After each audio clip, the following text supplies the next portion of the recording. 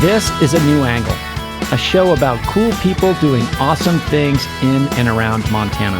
I'm your host, Justin Angle. This show is supported by First Security Bank, Blackfoot Communications, and the University of Montana College of Business. Hey folks, welcome back, and thanks for tuning in. Today I am speaking with Devon Hayes, Commercial Sales Manager for Montana at TDS Communications, and a prolific community leader in Billings. I've come to realize that me helping other people and helping other organizations accomplish their goals, accomplish their objectives, me investing in my community has had a direct correlation with the success that I've seen. Devon is the director and lead organizer for TEDx Billings, in addition to multiple other professional and service-oriented pursuits. Devon, thanks for coming on the show today. Thank you so much for having me, Justin. It's a pleasure to be with you. Great. So tell us, where did you grow up and what did your parents do? I grew up in Billings, Montana, the beautiful city in the valley, and my mom growing up actually worked for Billings Clinic in the Human Resources Department. Super. You grew up in a biracial family, right? Talk about that as probably not that common an upbringing in Billings, Montana. What was that experience like? It's funny because I described being one of a few growing up here in Montana. But it wasn't until I moved to California that I really came to appreciate Billings and just the Montana community in general for how they accepted people. Because the one thing that I noticed about California, I lived in San Jose for about 6 months and then moved down to Monterey County. And what stage in your history was this? Because you Billings for high school and college. Was it after college? It was, yeah. Okay. It was after college. My wife had just graduated with her degree and ended up getting a job down there, which is what brought us to that area. And that's kind of where I got into my first sales and marketing kind of job that ended up being a career. But the one thing about that I noticed in California was that, yes, it was more culturally diverse in the sense that there is more cultures just in that area operating, doing business and those things. But the one thing I noticed about that was they all hung out with each other, right? The Asian community kind of stuck to themselves, hung out with, other Asians. The Black community hung out with the other Black folk. Everybody kind of just hung out with their ethnic groups rather than intermingling. So while everybody was there and there was a larger number of them, and yes, more diverse restaurants and things like that, it wasn't that they were necessarily intermingling those communities together. When I moved back to Billings to start my first business, I remember I was working inside of a Costco, and a older couple who were Caucasian with silver hair pushed a cart with two little brown babies in it right past me down the aisle. And it occurred to me that was the first time I had seen that since I had been back, and that was something that I did not see when I lived in California. Let's talk about your professional pursuits. You have a prolific sales career. We should talk about your relatively new appointment as commercial sales manager for Montana at TDS Communications. What attracted you to sales initially, and why have you directed your professional ambitions there? I've always been good with people. I've always been able to relate and speak to almost anybody.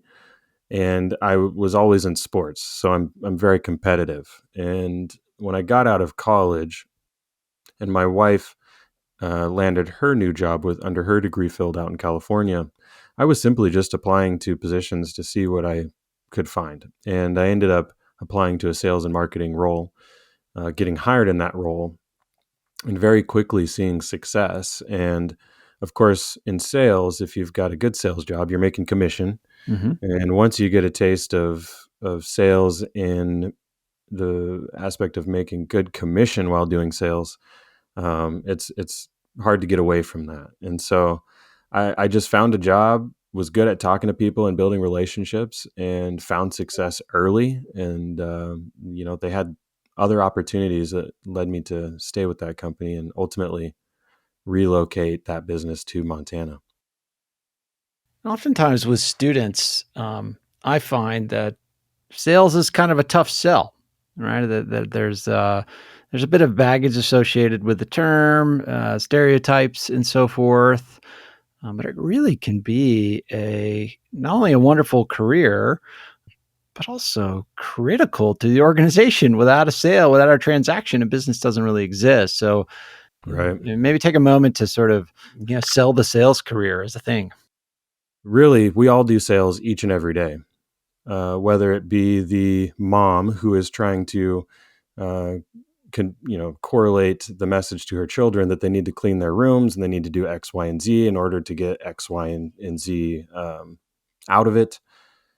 That is a sales process. Hmm. Or the wife who is convincing her husband to go on a vacation to a particular destination, or the child who wants a PS5 for Christmas and is doing everything in their power to convey a message to their parents that it Are is you speaking from experience? maybe just a little bit here, but I Sure. think when you kind of put it in those terms to people, then they start to realize that they use sales every single day. Right. And it's really just a matter of communication and relating to people. I had a barrier with sales when I first got into it too. Everybody's scared of being told no, but you miss 100% of the shots you don't take. Right. And the reality of the situation is most people that earn a high income are doing some form of sales, and they make a high commission amount from those sales. And so if we want to be like those folks, it's a good industry to get into and just realize that we all use it every day, regardless. So, in addition to your professional pursuits, you are prolific community leader in Billings. I suppose one of the most prominent things you do is the direct and are the lead organizer for TEDx Billings. First of all, what is TEDx for listeners that it's hard to imagine a listener hasn't heard of a TED Talk or TEDx in general, but let's talk about what that enterprise is to start. TED stands for Technology, Entertainment, and Design. And so a TEDx event is going to feature all three of those aspects. The tagline and theme for TED's mission overall is ideas worth spreading. And so, what you'll notice at a TEDx event is that the ideas that are shared are typically across a wide variety of different backgrounds, industries, which provides a really, really unique experience for the attendees. We've got speakers and musicians and performers of all types that show up to display their talents and their ideas and their inventions, whatever it may be.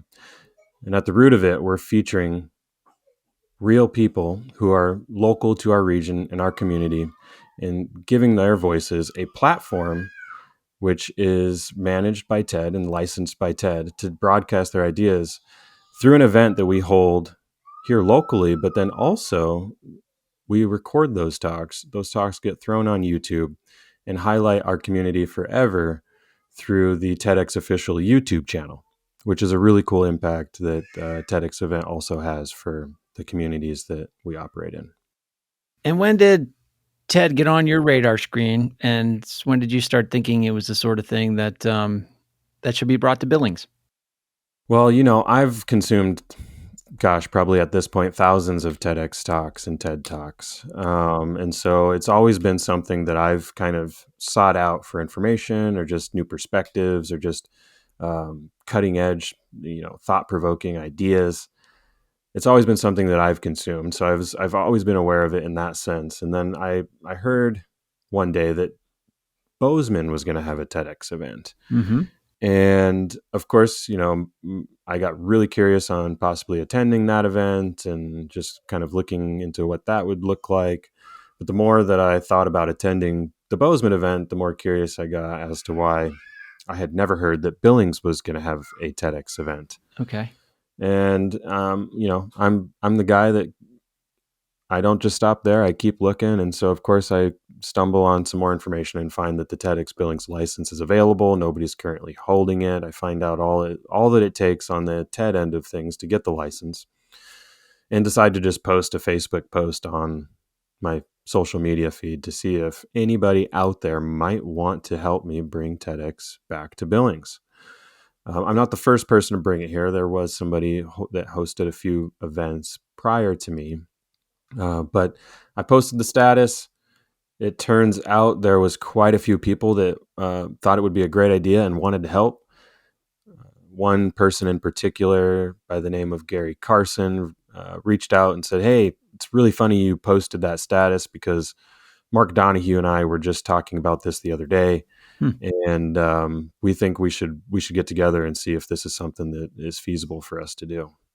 So the three of us met. All three of us had very different strengths, but the strengths played very nicely along with each other's, and so we decided to go ahead and pursue it. And so that was in early 2020. And here we are in 2023. We've hosted two large events with 16 speakers and 7 salon events. Excellent. Talk about some of the highlights from those events. Any talks that I'm sure, like your children, they're all your favorite, all your speakers, but any that stand out as particularly compelling, or ones that you learned something unique from or were surprised by? I will kind of highlight 2 from 2022. Hmm.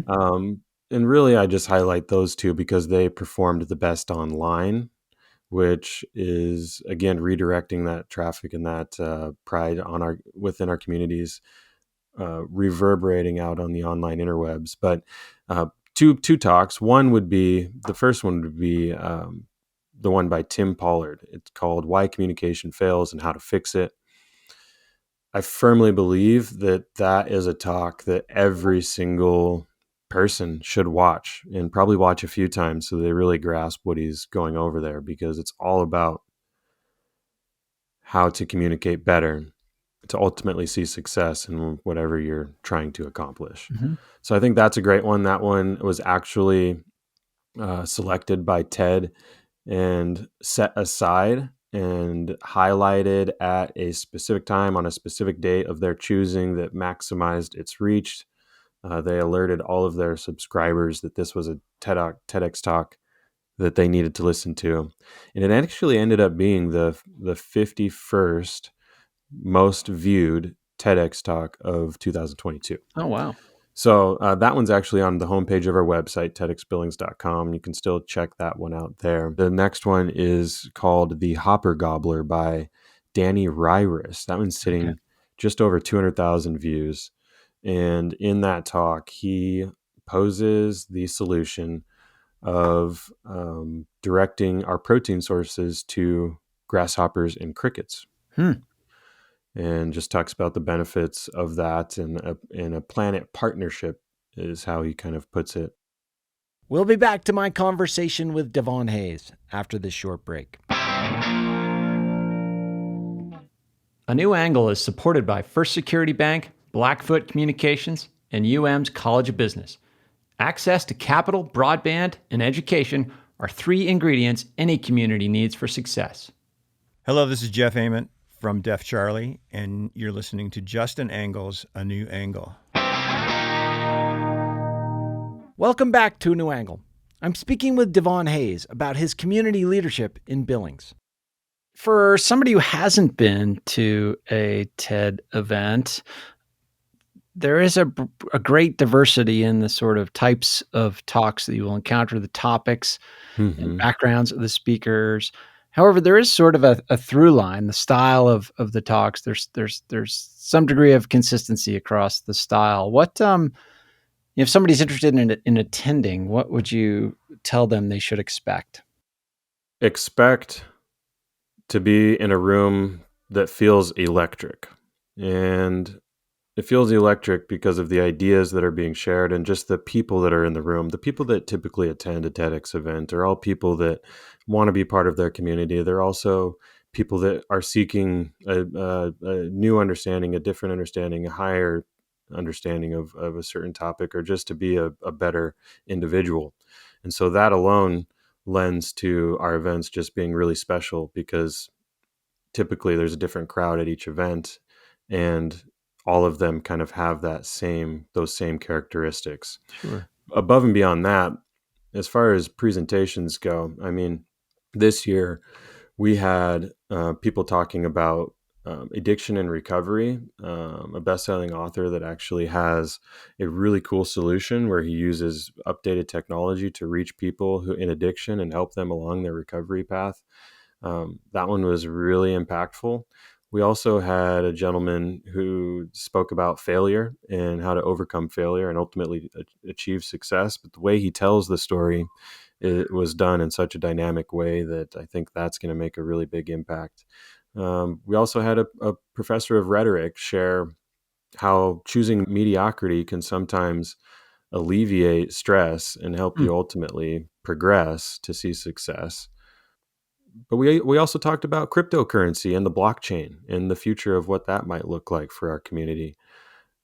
We had singer songwriter Julia Angelo share 4 or 5 of her pieces live and in person, as well as rapper and spoken word artist Nick Bravo performed his rap song about his struggles of dealing with COVID long haul syndrome. Yeah. And so he's got a really unique story about not being born with a debilitating disease, but developing one after contracting COVID 3 separate times. Wow. And so all over the place, you see kind of examples like that.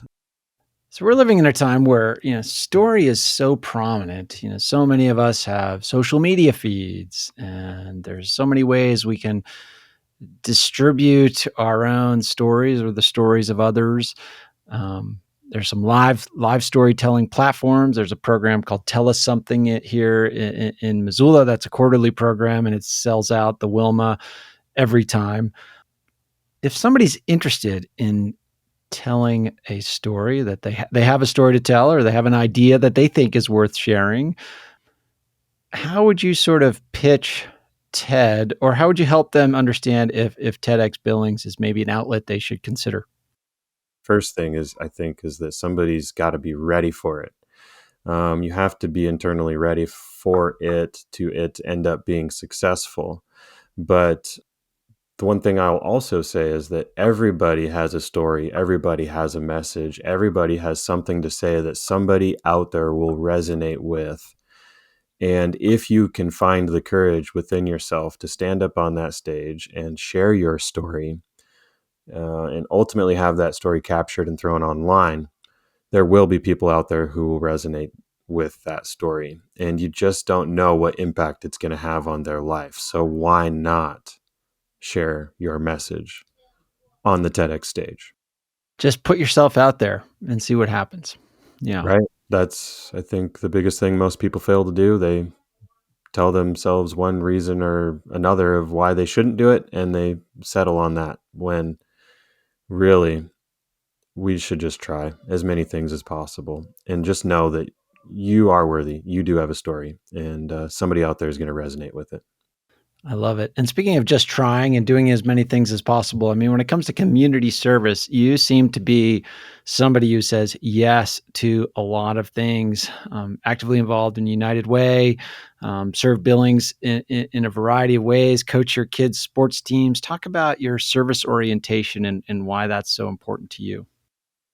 I've come to realize that me helping other people and helping other organizations accomplish their goals, accomplish their objectives, me investing in my community has had a direct correlation with the success that I've seen in my career. I, by default, am successful by helping other people and other organizations be successful. And from time to time, I do get myself into trouble because I end up sometimes saying yes to too many things. But they all come back to wanting to help others, typically help children because they are our future. Those are the future people who will lead our communities. And I believe investing in those young kiddos is vitally important. So you mentioned children there and issues involving children. What are your sort of top priority issues when it comes to allocating your service time? Well, just really providing role models and just mentorship to children. And I typically tend to do that in the sports arena. Like I said earlier, I grew up in the sports arena. I played almost every sport growing up. Football and track and field and basketball were kind of my passions. And so I really invest and try to mentor kids in those arenas and just pass on a mindset that kids can do anything, you can do anything. It's just a matter of, will you put in the work? Will you do the work to achieve what you want to achieve? And that's probably the biggest thing I tried to pass down to really anyone that I interact with or mentor, but especially children, because I don't think kids really hear that enough, that they can do anything. The question is, will you put in the work? Montana has a changing economy. Billings, I'm sure, has a changing economy in many dimensions. What do you think are sort of the top issues and challenges facing your community as it sort of recovers from COVID and moves forward into the next phase of its economic development? Well, I think public safety is the big hot button issue in Billings as of recently. And so I think that's an area that needs to have a continued focus. Luckily, we passed a public safety mill levy recently, and the effects of that mill levy are starting to be seen. And so my hope is that as additional funding rolls out from that and just everything is implemented, that continues to curb. After that, it's housing, of course. Sure. That's probably the biggest problem in the entire country at this point in time, and we're certainly not immune to it here in Billings. But the good news is there are a lot of organizations that are doing work in those areas, and Good. so I hope to see a continued improvement here in my community.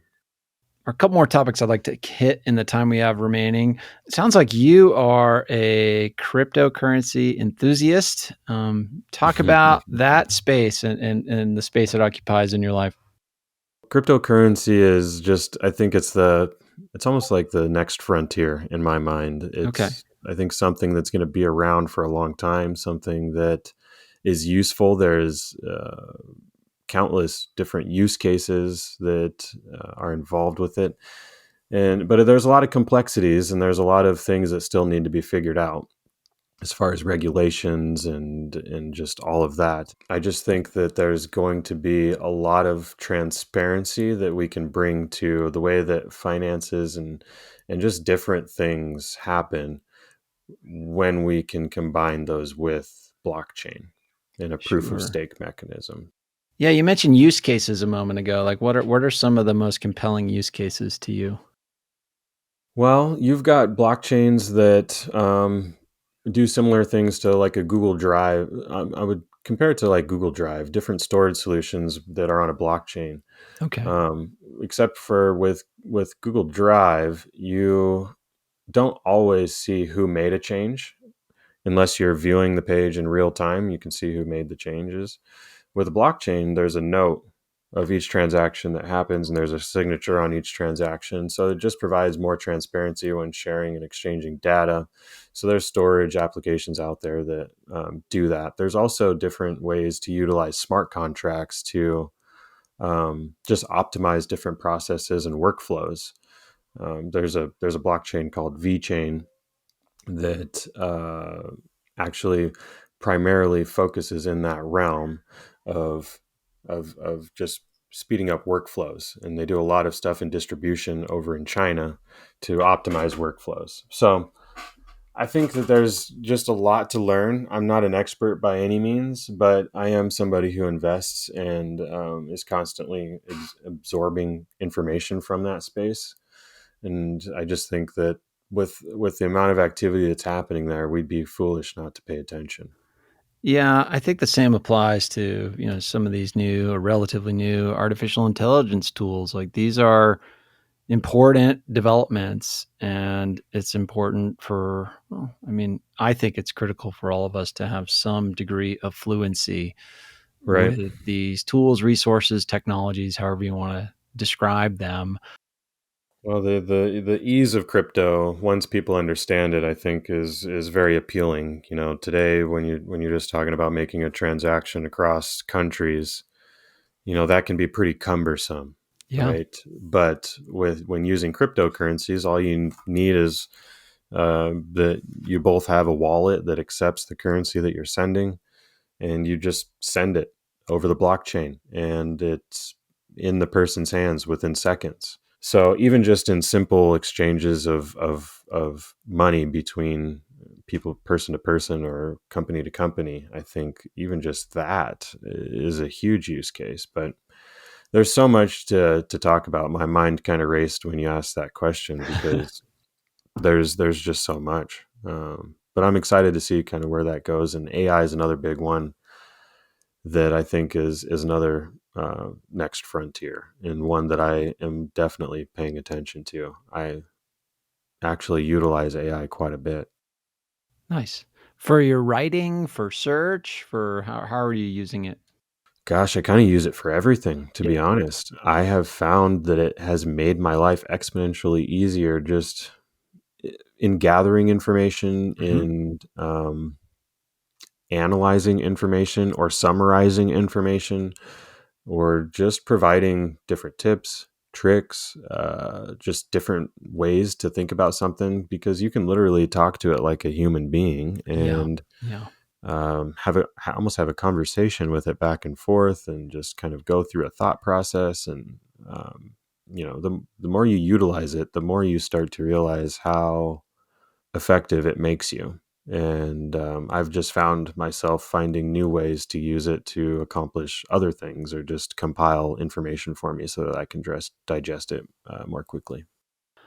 Last question, Devon. Tell us about 406 Media. What is that?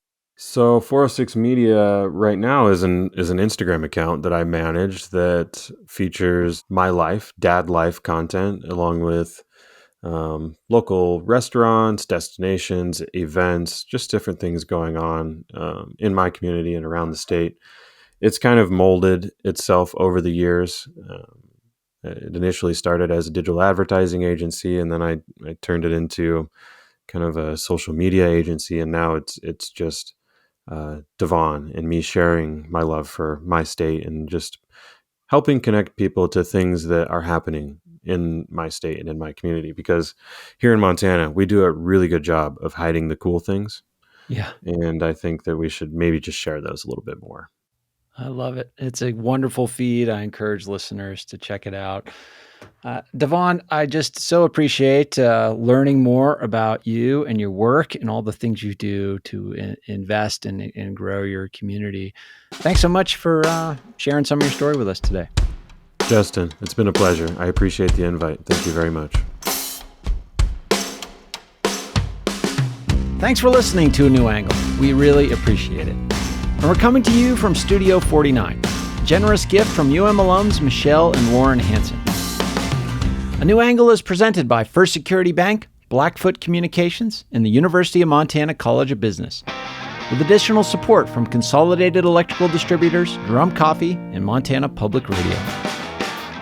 Keely Larson is our producer. Maddie Jordan is our production assistant. VTO, Jeff Ament, and John Wicks made our music, and Jeff Meese is our master of all things sound. Thanks a lot, and see you next time.